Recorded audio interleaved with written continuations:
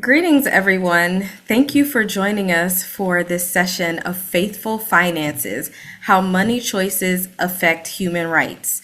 I'm Stacy Pettis, Executive of Institutional Relationships, and I'll be joined by my colleagues Matthew Ilian, Director of Responsible Investing, and Chief Investment Strategist Lon Kai. I'd like to give a little context about who we are as United Church Funds. United Church Funds is the trusted investment partner to 1,200 local churches, religious judicatories, and faith-based nonprofits. We manage a little over $1.2 billion in assets, and we are an experienced nonprofit partner to fiduciaries in the development, management, and governance of your endowments. We are a recognized leader in responsible investment strategies that are aligned with the United Church of Christ, as well as like-minded progressive Christians. As we go through this presentation today, I want to invite you to consider the following questions. Who are you investing with? And do these companies consider human rights? Who are you banking with? And does that bank have robust human rights commitments? When you're making purchases, does that company consider human rights? Let's take a look historically and really set the context for this conversation, looking first at stock ownership. The next slide shows images of the first stocks of merchant companies, which opened the door to new human rights abuses, including participation in the intercontinental slave trade. This image on the left represents a stock in the Dutch East India Company from 1606. The first stock market to open was actually in Amsterdam in 1611, and the Dutch East India Company was chartered in 1602 and had the largest fleet of ships at that time. The image on the right is an offering from purchases in the London Company of Virginia, which led the Virginia plantation known as Jamestown. In both of these cases, these stock companies participated in the African slave trade along with other colonizing activities. As we flip over and look at boycotts and a call for abolition of slavery, many communities of faith created their own abolition societies and called for boycotts of goods made by manufacturers that use slave labor. This included boycotts of cotton-made goods from southern states. These kinds of acts of economic leverage helped push countries such as Great Britain and eventually the United States of America to end participation in the slave economy. Let's talk a little bit about the UN and the Declaration of Human Rights. After World War II, there was a strong sense of communal will to recognize the unique dignity of every human being. And the United Nations helped draft the Universal Declaration of Human Rights, and this effort was spearheaded by Eleanor Roosevelt, who is pictured here.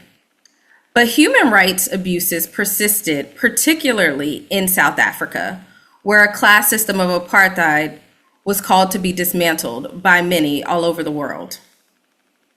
One of the many groups that was calling for the end of apartheid and protesting vehemently against the apartheid was the Interfaith Center on Corporate Responsibility, which was founded in 1971 by several members of the faith-based and values-based community.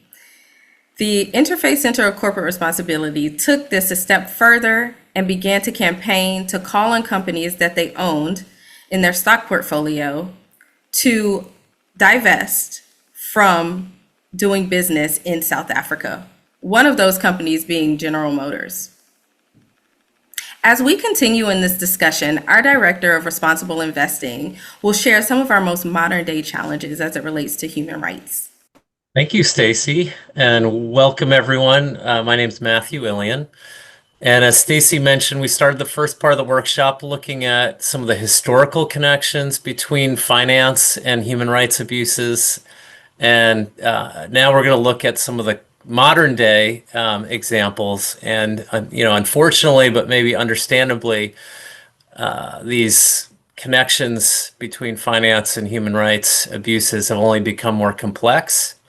Each of these images on the screen here represent some campaigns that we have participated in. For example, on the top left, this is a campaign to support workers' rights of dairy farm workers in Vermont. The second picture is with JP Morgan Chase, is really focused on banking boycotts, and in particular related to the fossil fuel crisis. The third picture there of our friends from Step Up Louisiana is a campaign calling for worker safety and rights at the dollar stores down in Louisiana. And then the last image is focused on the call for a fair minimum wage and the end to sub-minimum wages for tipped workers. And so, each of these has their own stories. And I was preparing for this webinar, and I was starting to feel really heavy-hearted just as we kind of embrace and think about the legacy that Stacy talked about, and then the current day challenges that we're talking about today. And so I want to pause for a moment and actually share a resource that I found helpful as I was preparing, which is this United Church of Christ, UCC, has this People's Prayer for Peace section. You can go on the website and see all the prayers for peace that have been offered by people of all parts of the country, all ages. In fact, there's a number of prayers from a seventh grader, 7-year-old Sunday school class. But this one in particular stuck out to me, and so I'm going to share it here before we move on, because it connects to the human rights stories and that we've been talking about. So this prayer is: we continue to pray for an end for war, for slavery, famine, and disease. We pray that people who have suffered such disasters receive salvation and hope. And may the God in every person on the planet bring peace to the pain and suffering in the world. And this was given anonymously from Huntington Beach, California. So I encourage you, if you're feeling overwhelmed sometimes by the complexities of all this and the challenges and the heartache, to offer a prayer and maybe even go and read some of the other prayers that are offered at the UCC People's Prayers for Peace. So now we want to shift and talk about some of the solutions, and in particular, what the UCF is doing and how we're seeking to engage on these issues. And the first way that we talk about it is by thinking about the toolbox of responsible investing. And we have the 5 tools that we're going to go over in this presentation and talk about how they could be applicable to you as well. So the first tool is manager selection. And that's where, for UCF, we are selecting managers with proven performance. That's financial performance, and then also a commitment to responsible investing, as well as applying some where they're customizing. What does it mean to have diversity and a commitment to equity and inclusion in their firms? Many of our managers, in fact, a significant amount of managers that we hire are either women-owned or minority-owned, and they have very strong track records. They've helped UCF with our own financial performance. And so, I think the first question we have for you is, when you're choosing your investment managers, when you're choosing your banking partners, do they align with your values? How would you even evaluate that? Some people look at what their mission statement is, for example. There's also something called the benefit or B corporation, which is something that you might look for in a banking partner, for example. But thinking about your managers and ensuring that they do evaluate human rights, we think is an important part of the process. The next tool that we want to talk about is investing in impact first ventures, and I'm excited to welcome my colleague and UCF's Chief Investment Strategist, Lan Kai, to present on how we do this work. Thank you, Matthew. Hi, everyone. Today, I'm going to focus on the second tool, invest in impact-first ventures that helps to solve social and environmental problems. As Stacy mentioned earlier, the Universal Declaration of Human Rights was adopted by the United Nations in 1948 and has become a foundation for human rights treaties worldwide. It proclaims human rights are universal, non-discriminatory, and stand regardless of religion, politics, and economic systems. At UCF, we'd like to focus on 3 areas of human rights impact. Article 23, right to fair work. Article 25, right to basic living necessities, healthcare and social security.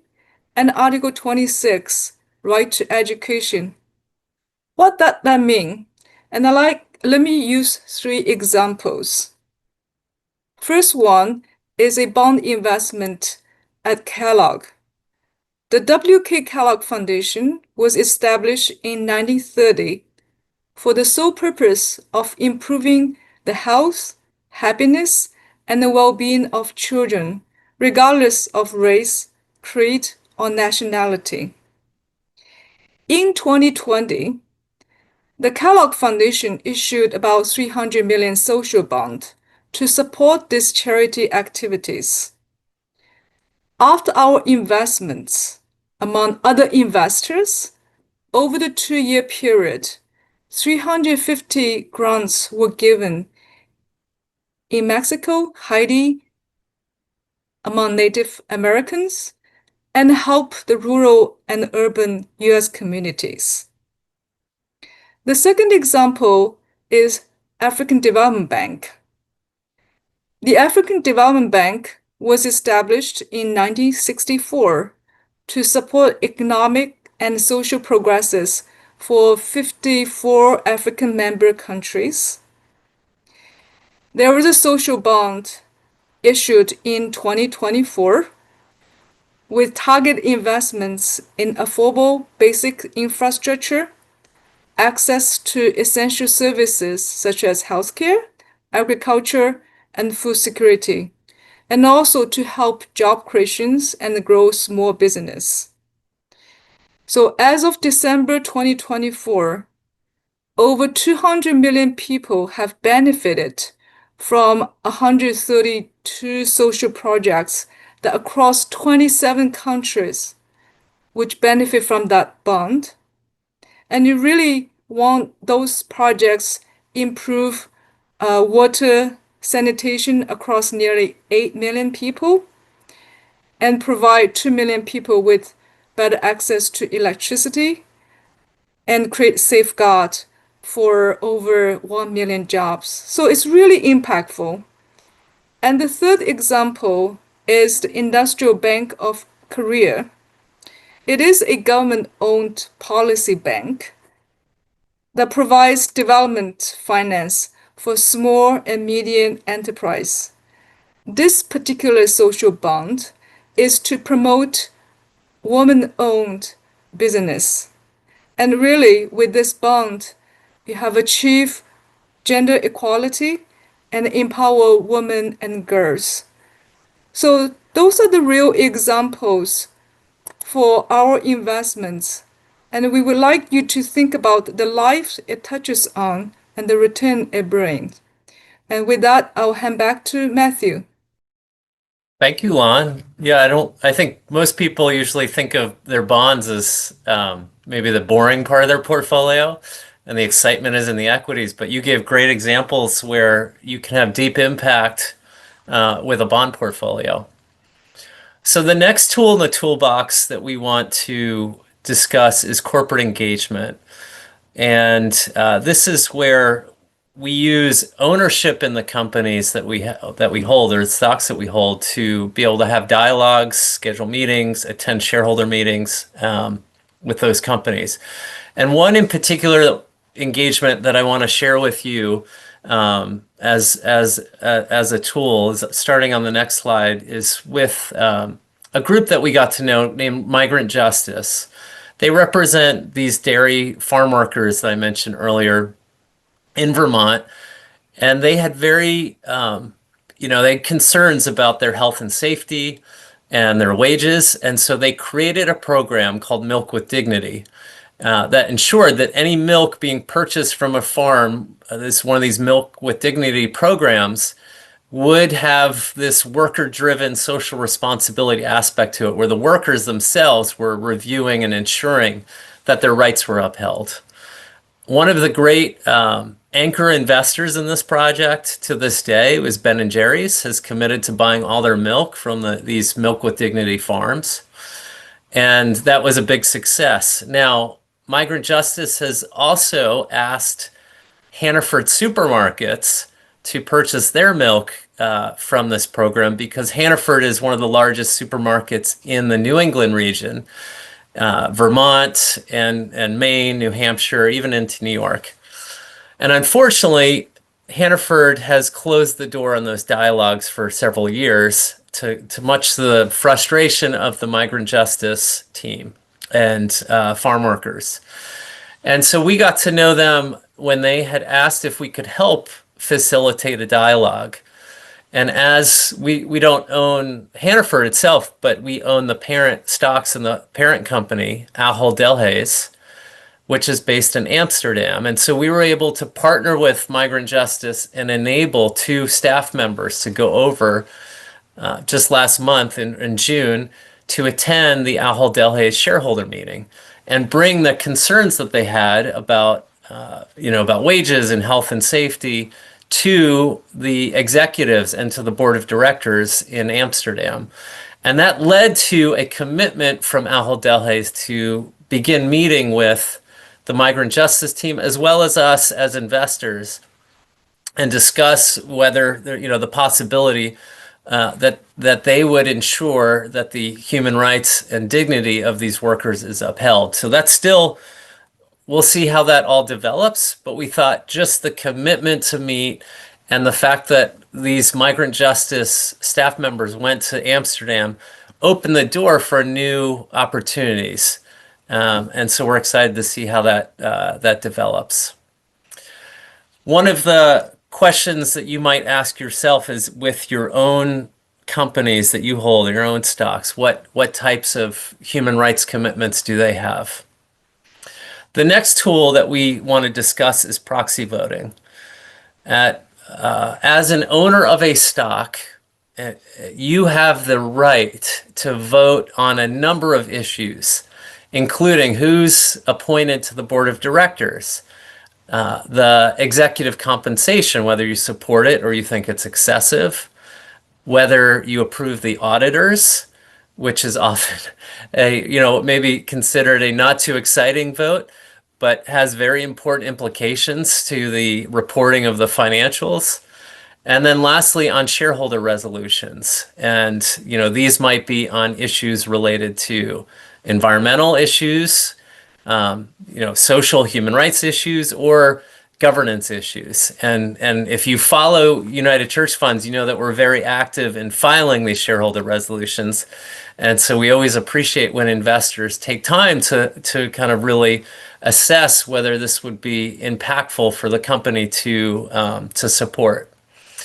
Most of the time, the large shareholders, the largest asset owners in America, likely the managers of many, 401k plans, et cetera, for folks who are watching this webinar, I'm thinking about Vanguard funds, BlackRock, State Street, and others. When it comes to proxy voting, most of the time, maybe 99, 98% of the time, support what the management have said. So if they say support our executive compensation, they support it. If they want you to vote against this shareholder resolution, then they vote against it. But in fact, we think there's an active role to study this carefully and make sure that your values are being implemented in these shareholder votes.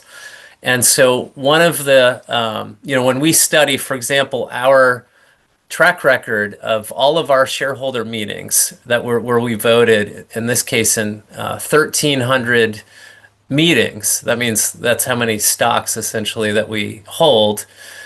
We voted against one issue, whether it was executive compensation or board of directors, one of the board of directors, 72% of the time, meaning we only supported management across the board about 27% of the time. So our policy usually finds something that we think the company can improve. And we think it's important that investors look at their fund companies to see what their proxy voting policy is. And one of the exciting new developments that we're seeing is something called voting choice.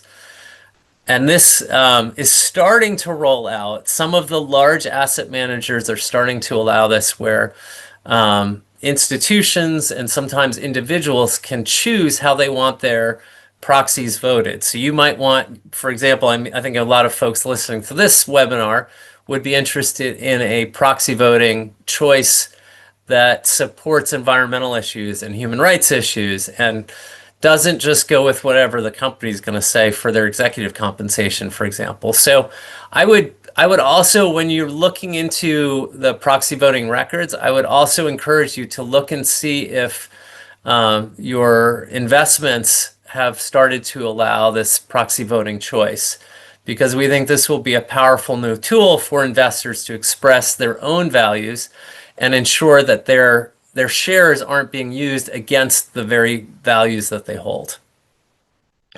The last slide and last tool that we want to talk about is the tool of divestment. And we put this last for a reason. We genuinely think that when you divest, you lose your power as a shareholder to engage with a corporation, to vote, etc.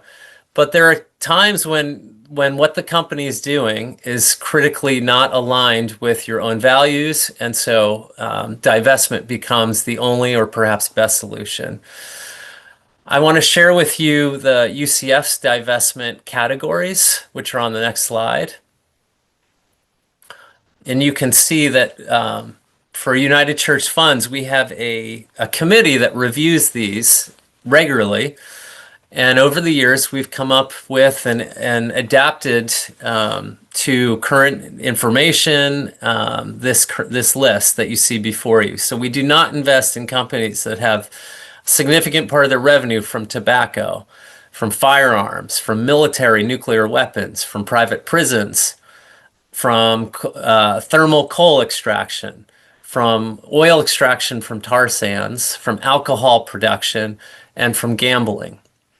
And then also we have two categories that are really looking less at what the product is and more at the practice. So those companies that have been evaluated to be really kind of falling short when it comes to environmental harms, and then labor and human rights are also two additional categories. So overall, we screen out about 506 companies from all these categories in our traditional portfolios.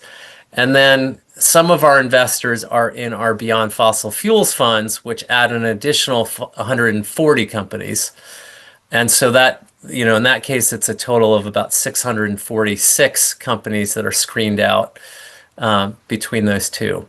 On the next slide, you'll see a highlight of our weapons and military contracting screen.